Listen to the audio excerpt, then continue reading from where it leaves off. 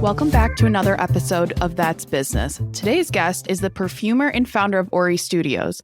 Jamie is a native Detroiter and graduate of Bowling Green State University. She has a Bachelor of Science in Human Development and Family Studies, and she's passionate about serving people in underrepresented communities, working to bridge the gap between her entrepreneurial endeavors and public service.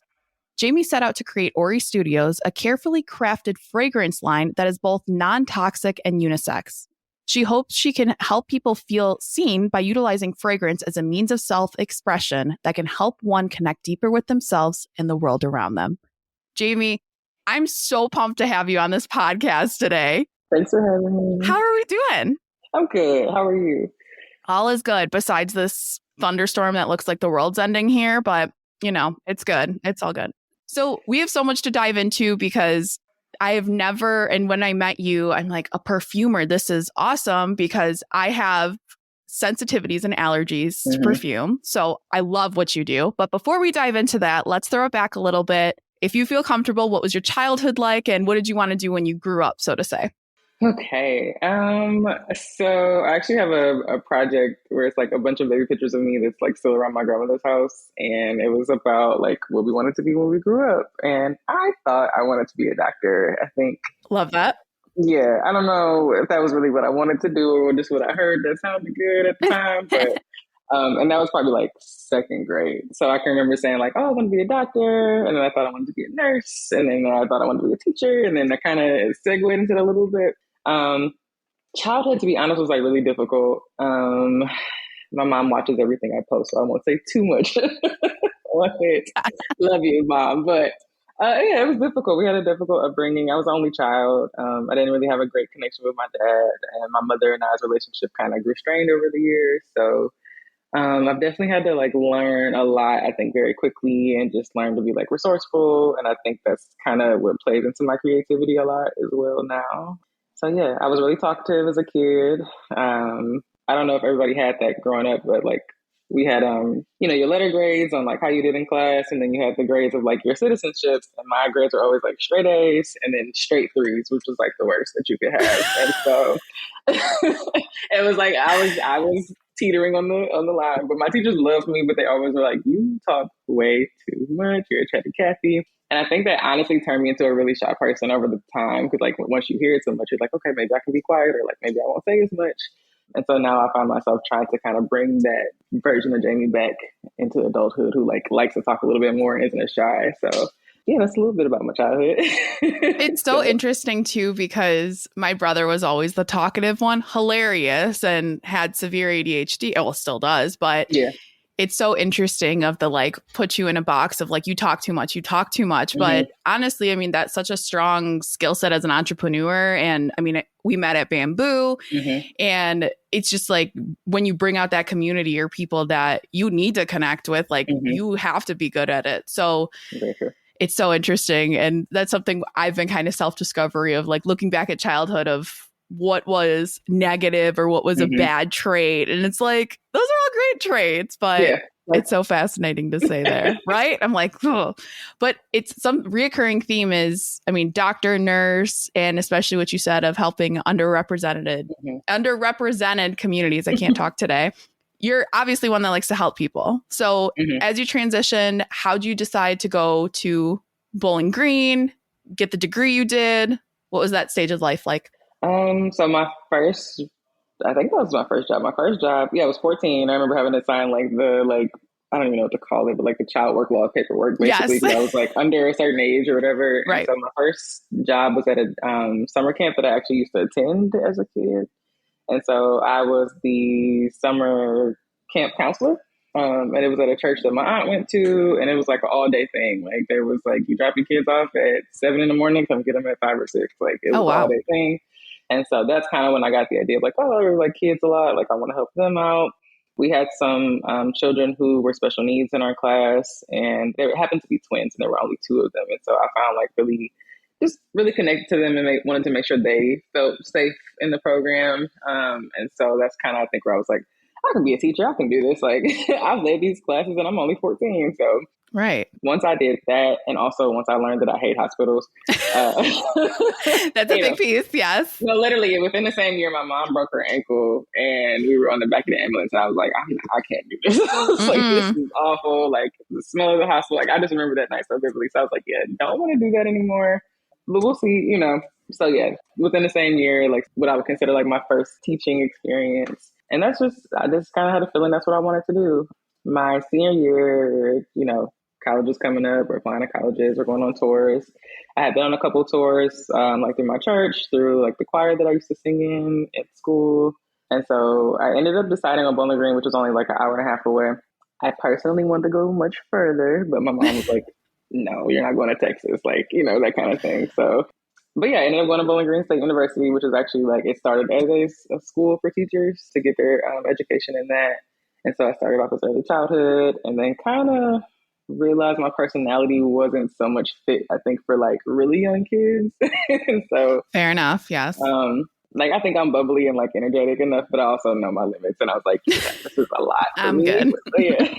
So I was like, I love them, but I don't know if I can do it all day. Like once I had like my first few like student teaching jobs, like in college, I was like, okay. And then I found a major called Human Development and Family Studies, which I was like, oh, that's great. Like I can broaden my horizons a little bit.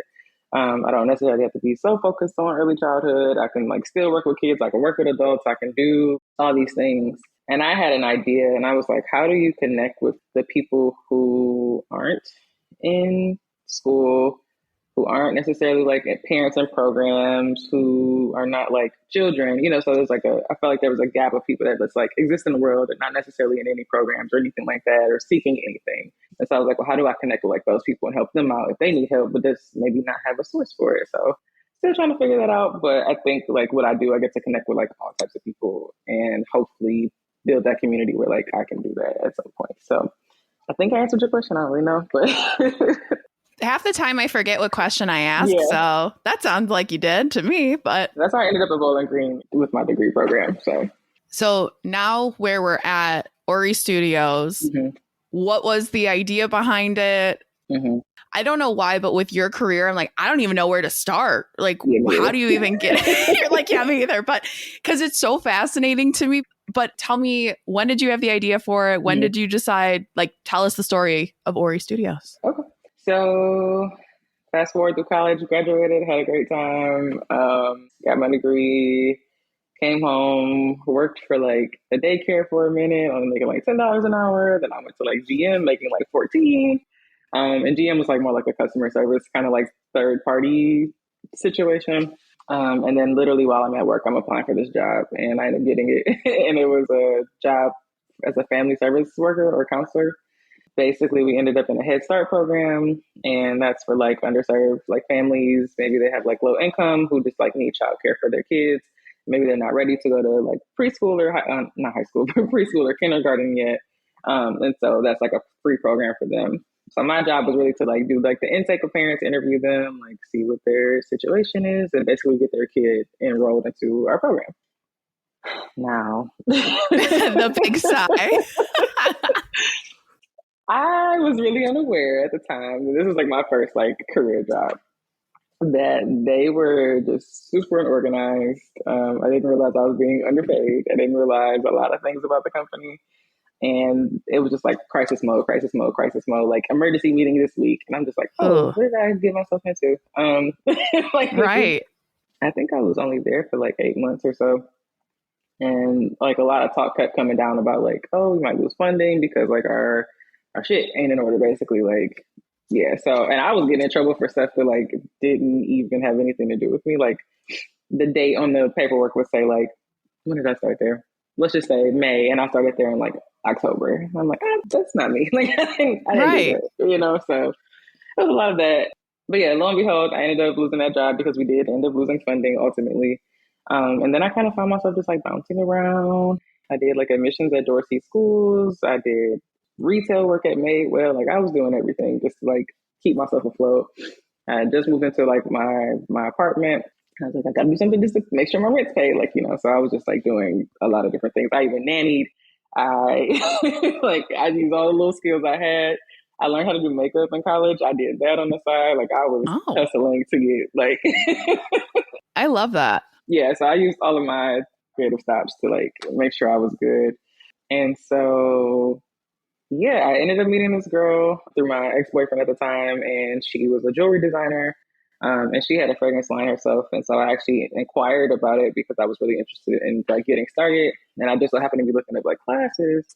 And then I found out that she did it. And I was like, oh, I was like, okay. And so I ended up taking a class from her, and that's how I learned to make fragrances. But before that, I will say that my mom always had like a huge collection of fragrances, like every year since she was 5. I think she said she's been getting something like a bottle of perfume. So like for birthdays, so it's a lot. Yeah. So like imagine having a perfume collection at 5 and 6 years old. Like that was my mom. Wow. And so like even today, my grandma keeps that like little tradition with her. So like birthday, like Christmas, like, oh, that's cute. You don't have to think twice about it. She knows she's getting perfume. Like there's no like question. So I always tried to like dabble in my mom's things when I was younger. But when I knew that I wanted to start the perfume line, it's when I discovered that I liked men's cologne on myself. And I'm like, well, if I like it and I like how they smell, like, why wouldn't I like it on me? And why wouldn't somebody else out there like probably be interested in something like that? And then when I started to do like a little bit more research, I'm like, everything kind of smells the same to me. Like it's very generic. It's very like gender specific. It's kind of boring. Like these ads don't make any sense. There's no Black people. Like what's going on? Like, you know, from somebody who came from like kind of like a makeup background, I'm like, when I think about crafting a scent, I'm like, it's universal, it's clear, it's for everybody. It's literally like you don't even see it. So it's just like, why not start including more diversity in your marketing? And so yeah, just to sum all that up, like I wanted to kind of be the change in that market. And I thought it was something like really creative and really fun. And as a person who was always told like how to be, what to look like, what to dress like, like how to carry yourself, yep. I found fragrance is like a first impression a lot of times for people. And so I thought it would be cool to like really push the idea of like self-expression through like this medium. So that's amazing. And a few great points you brought up. Hustling to the point of figuring out what you want to do. Number one. Yeah. Because I did the same thing. Was I had 3 jobs. Like I work for Boar's Head. I did not have like sexy fun jobs, like scrubbing toilets, like not very sexy jobs, but you got to do what you got to do to survive. Yeah. And I think that's something that people think like, oh, entrepreneurship, it's so easy. And, you know, you just woke up and figured out what the hell you want to do. It's like, no, you kind of like figure it out along the way. So I appreciate that. And I think that's a note that needs to be taken of like, you need to do what you need to do to pay your bills. Like girls got to eat, got bills to pay. I mean, all the things. Yes. And especially learning a new skill too. That's huge. I love that because I tend to love men's cologne as well. And it's interesting, like the different body chemistries people have as well. Yep. So I love that and it's, oh my gosh, the ads are so ridiculous of like, I'm like, what am I watching? Right. Like the Dolce & Gabbana ads crack me up of it's like a chiseled, perfect humans like on the water. And I laugh. I'm like, it's like secondhand embarrassment watching these and there is no diversity in any of them. So back to you now. But as you took this class, without giving away the trade secrets, of course, but I know, again, know nothing about this, Jamie. So don't be like, this is a dumb question, if it is. But what are some of like the, I guess, like best practices or how you, like you said, they're cruelty free. They're like, you don't use, what's it called? Like toxins and stuff that some perfumes do. Cause I've had allergic reactions to perfume. So tell us about that. So like the most common question I think I get is like, are these all natural? Are these this? And are these that? And so the answer is no, they're not all natural. We do use a mix of some naturals, a mix of some synthetics or what they call like aroma chemicals. And so with that, we also use a alcohol-based fragrance. And I have a little tidbit about that if people want to know how to wear it best. So yeah, basically it is kind of like trial and error, I will say. It's a lot of playing around. It's a lot of being like, this is not working or this smells great. So it's kind of like you take, for me, I've actually had dreams about what I want things to smell like, which is kind of funny. Ooh. Or I'll just like, you kind of have an idea of like what might smell good together, what might not. I have books on perfumery, like just different things like that. So you kind of study like the basics and then you kind of build from there to make it more unique or nuanced or just like fun. So yeah, you kind of just take like whatever you think you want to put together, you try it out together, you kind of like dip them all in like, you know, those like fragrance strips you get. Yes. Like, so basically that's what most perfumers use to kind of like test out like the whiff of something. So you'll like kind of have like one scent on each one, see if it smells good together. It's really easy to like take things away and see how they smell, add things back, add another layer. Like that's kind of how you do it. That's how I do it at least. And then once I have an idea, I try to play with the formula. I think a good fragrance has at least like 3 base notes, 3 middle, 3 tops. Now that's not true for every single fragrance that like I carry, but it's kind of like a good way to go to diversify it a little bit. And then yeah, from there you just kind of make your sample. I send my sample off to a lab once I'm like, okay, this is what I know I want to make. They have a service. It's basically just like a duplication service where they try to like match it. And that's why there are so many like, you ever see those ads for like brands who like duplicate fragrances? I believe so. Yeah, so it's like, oh, here's a cheaper version of Baccarat or something like that. Yeah, okay. Yeah. So there's like basically a service that people offer where you can like duplicate fragrances, and that's how those brands are able to exist. So, or they just have perfumers who kind of know what to play with, and maybe they don't necessarily duplicate it, but that's an option. Interesting. So there's like a service like, oh, if there's a perfume that's discontinued and you have a little bit left, like you can send it to a lab so that they can remake it for you and you can keep it in your collection. So that's basically what they do with me. They take the sample that I send off to them. Once I like know what I want, they send it back. I let them know like, yes, it smells good, or maybe like tweak it a little bit here and there. And then we just send it back and forth until it's perfect. And then once I'm like, okay, I get a large batch of oil that I then mix with the perfume, the alcohol and everything like that. And then probably make a perfume pretty much. So, oh my gosh, that's amazing. And first of all, didn't know you could duplicate scents because I have one from like, I think it's from like 2007. It's like Sunkissed Leaves from Bath and Body Works. That was like my favorite. And I have like a little, the bottle is so grayed out and ugly now, but I don't care. So I'm like, so thank you for that. I'm like, I love this smell. And I associate it with a trip too. So that's also that. Okay. So what are some best practices with wearing any type of scents? Because it's all, I've heard back of the neck. I've heard on your wrist. I've heard all over. So what are best practices? And let's get to the chase of how do you wear it? Yes.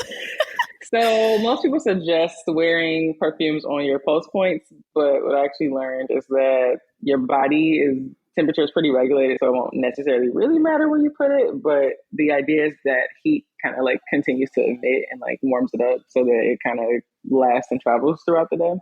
So it's so funny. I actually recorded a video on this yesterday, so we'll see if I post it. But there is the idea that like oil-based fragrances last longer versus like perfumes that you typically buy with like alcohol in them. And so what happens is with the oil-based fragrances, it lasts like closer to the skin.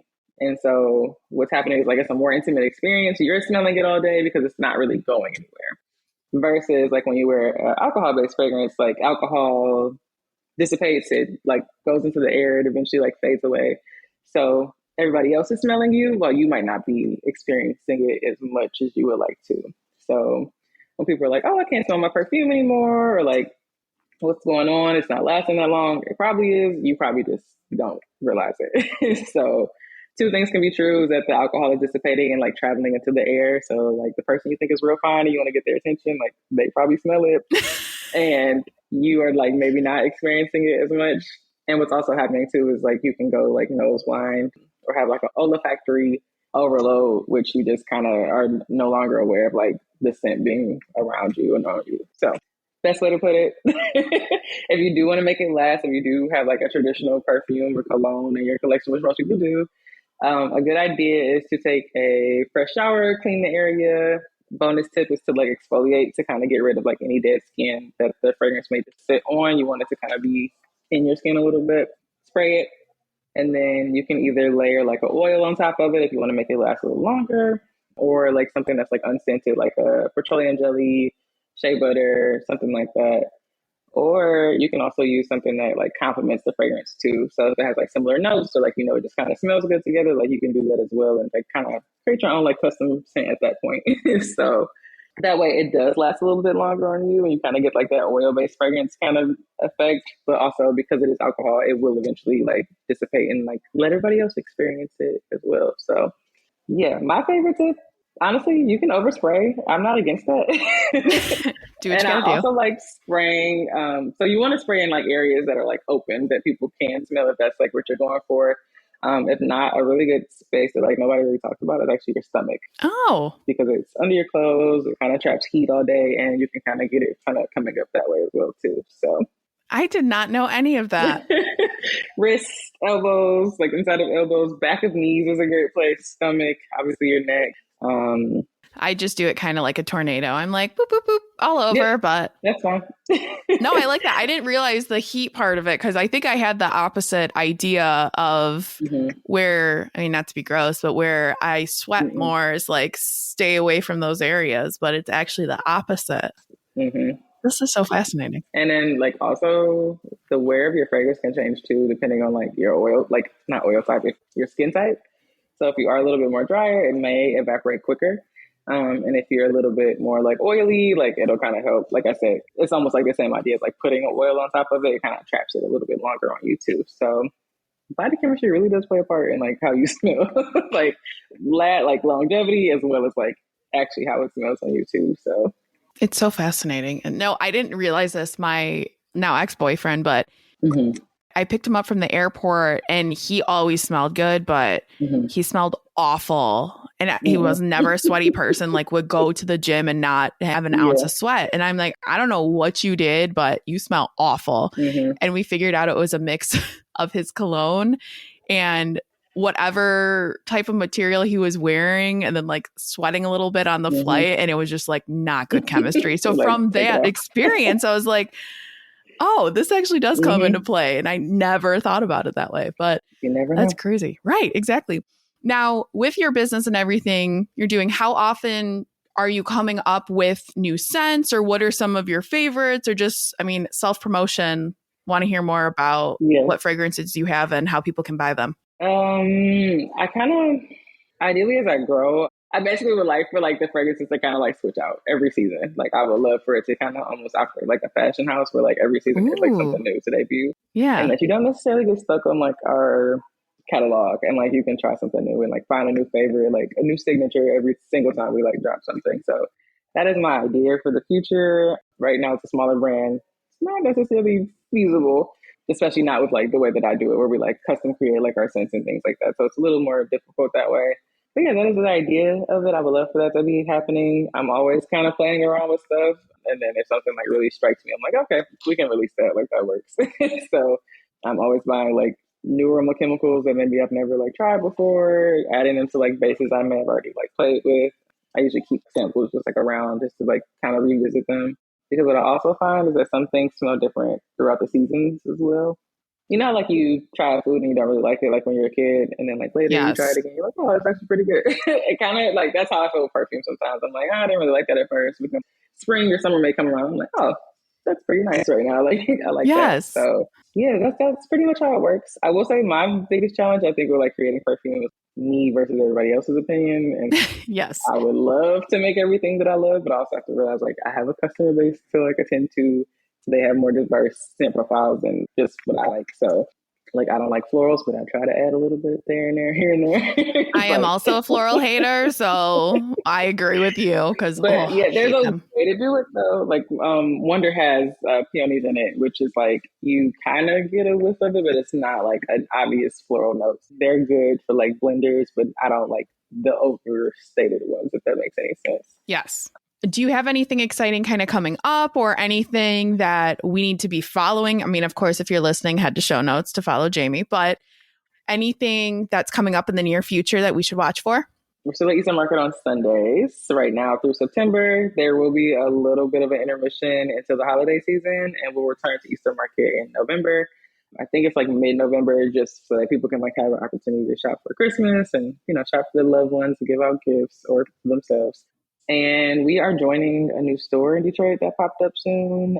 It's called Periodicals. Amazing. And it's like a magazine concept store. So we'll have a few of our fragrances in there as well. That's really it right now. We are releasing new fragrances too. So right now we have 4 fragrances in our collection. My goal is to have 6 before the end of the year. At least one new one by September. Yeah, that's pretty much it. We're trying to get creative for like the holiday season.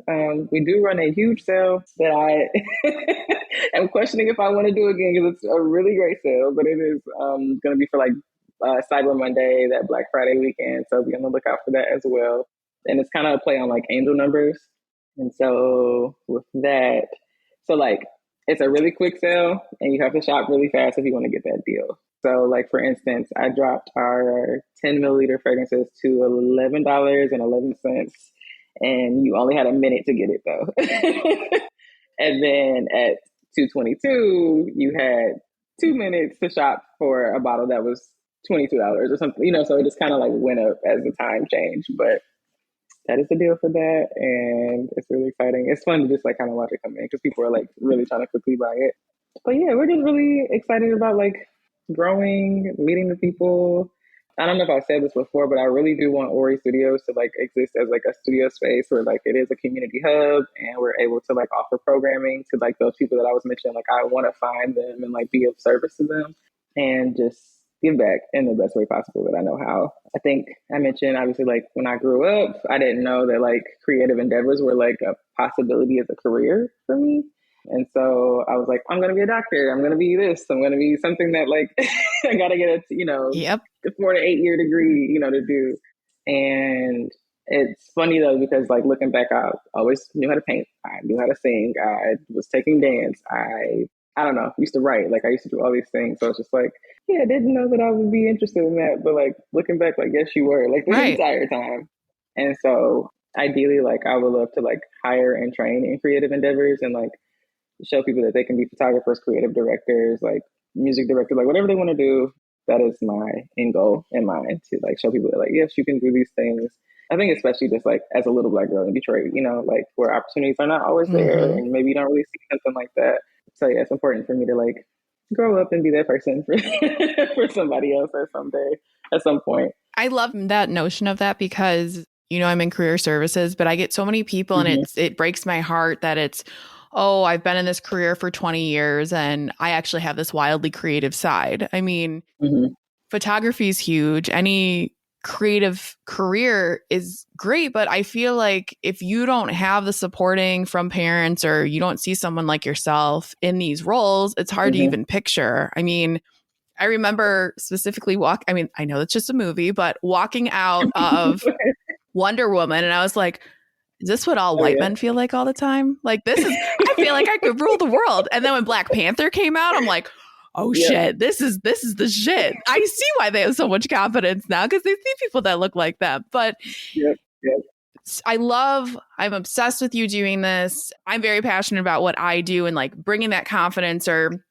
bringing in and saying, hey, look, like you can do this. It's not going to be easy, but what career is easy? That's the thing is. And if you don't have the opportunity to go to school, because it is a privilege to do, I mean, here's your other options or all of that. So I love that you do that. And I'm here to support when you're ready to have a space, like anything I could do to help. Like, I love this so much and I'm very passionate about it. But I'm actually, so two thoughts that came to mind. I really fought really hard to kind of get to this point too. And I think I still am because I think, well, in my family, when I went to school, it was like, oh, now you're expected to do whatever you went to school for, which is like, I get it. I paid money to get a degree. And so I think kind of fighting against old ideals, especially when all your family is like 70 plus. Yes. It's like, yeah. So like my grandmother and her sister's very tight knit. Like, I love my aunts or my great aunts really, but they're like, oh, why don't you apply here? Why don't you do this? Why don't you do that? Why aren't you doing this? You got your degree in that. Especially my mom. She's like, if I went to college, like I would have did this. And I'm like,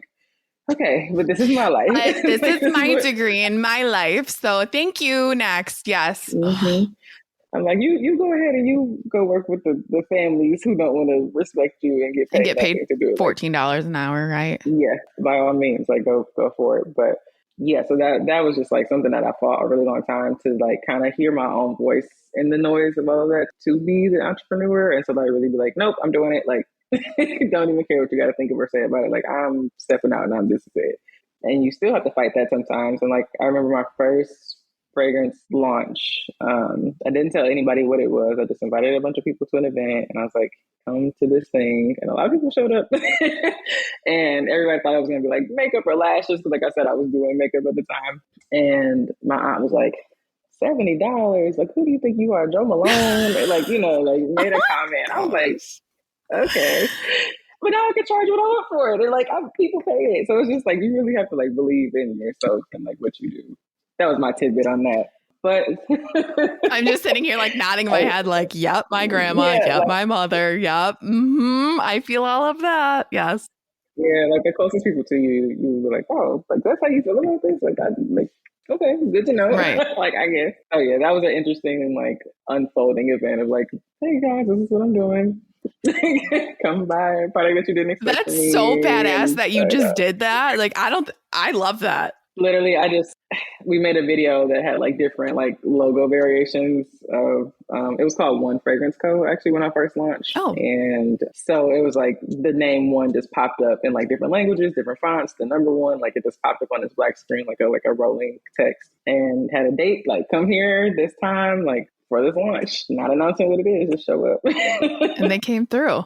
They did. I don't even know if you can see the pictures, but I showed them on my phone, but it was a good time. And I was really surprised. And we've just been rolling since then. I only had one fragrance at that time. So it was like 1 cent, you like it or you don't, I guess. And just went from there. So something that I am working on hopefully in the future. I know, so I wanted I do want a physical like brick and mortar as well. But I'm also really interested in getting us a perfume truck too. Cool. So like a mobile store, because I feel like it would be, I don't know, beneficial for the business to like travel around, just like to kind of spread the word about Ori Studios and really get in the face of customers, because I know how hard it is to blind buy a fragrance online. So that's something that we may be pushing very soon to get. That's genius, because I hate going to the freaking mall to go buy I am not a shopper, so I hate like the whole process of doing it, or I have a makeup problem. So not that you could tell today, but I'm like, if I go to Ulta, I'm not just going to buy my one thing. I'm going to buy 10 things I don't need, because that's how I am as a person, but it's fine. I love the truck idea. That's so genius, because it is true. Thanks. That's so smart. Yes. I'm excited for that. Thank you. I have a lot of really like fun little creative ideas, so we'll see if they come out. Yeah. Oh my gosh. Something I'm learning is that everything costs, which is like a given. But as a self-funded solo entrepreneur, like tickets are hard sometimes. So like it is really testing my creativity on like how to continue to like build and look great and like be aesthetically pleasing and, you know, all these things like on a budget, you know. Right. So but yeah, I love it. I wouldn't change it.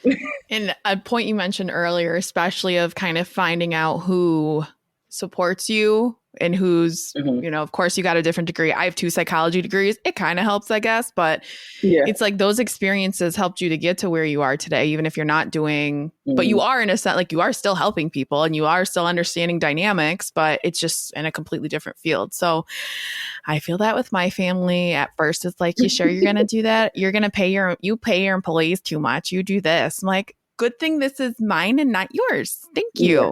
Don't remember asking for your opinion, but thanks for that. So like we appreciate it. Appreciate it. But yes, so I feel that to my core. Family can be your biggest haters. I'm sorry, but it's true. No, I have a literal aunt still to this day. I have 4 employees, all of which have made more than she ever made in her career, because she was very much like, let's stay at the same job and get paid garbage money. And she's like, oh, your business is cute. I'm like, the fuck you think it's cute for? Like, are you serious? So it's a fun journey, but it's also cool to find people.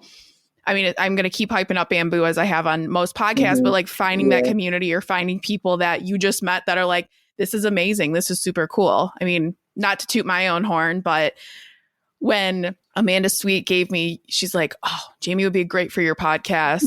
And then I met you and I'm like, I have been meaning to meet you. It probably sounded like a psychopath. And you're like, okay, weirdo.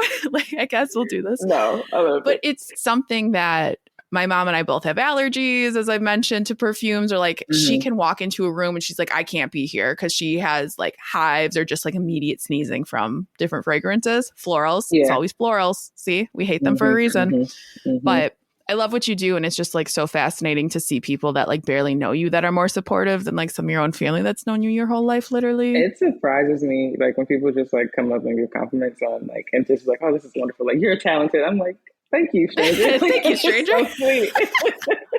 I am. I'm always like kind of blown away. Like I'm like, oh, people really do like that self doubt kind of trickles in sometimes. I gotta be honest. So it is like I love when people are like, no, this is some good shit. I'm buying it. Like I so gave it to my friends. Like I'm coming back for more.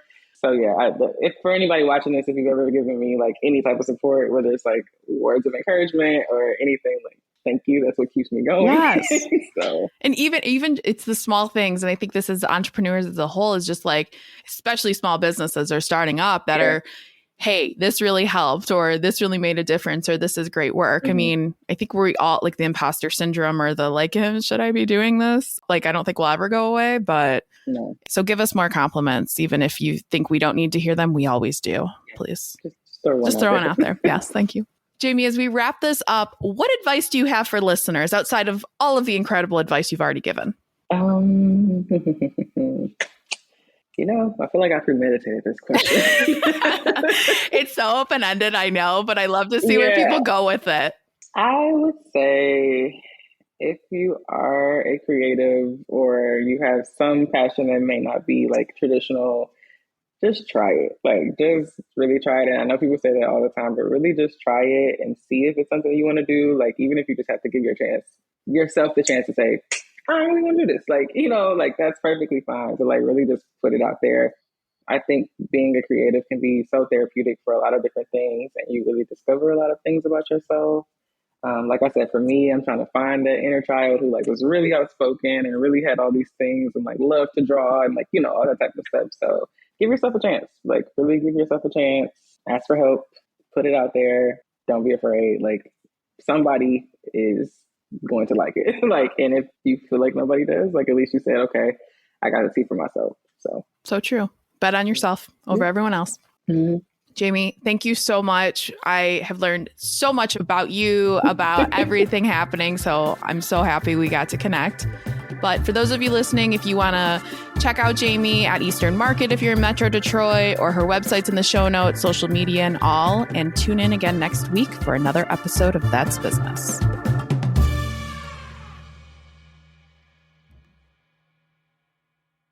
If you're looking for a career change and you're not sure where to start, the Resume Rescue can help. Sure, there's no such thing as the perfect fit for everyone, but here at the Resume Rescue, we're on a mission to find the perfect solution for you. Whether it's changing careers, updating a resume, learning LinkedIn, or practicing interviewing, we have you covered. Find us online at theresumerescue.com and find all of our contact info in our show notes.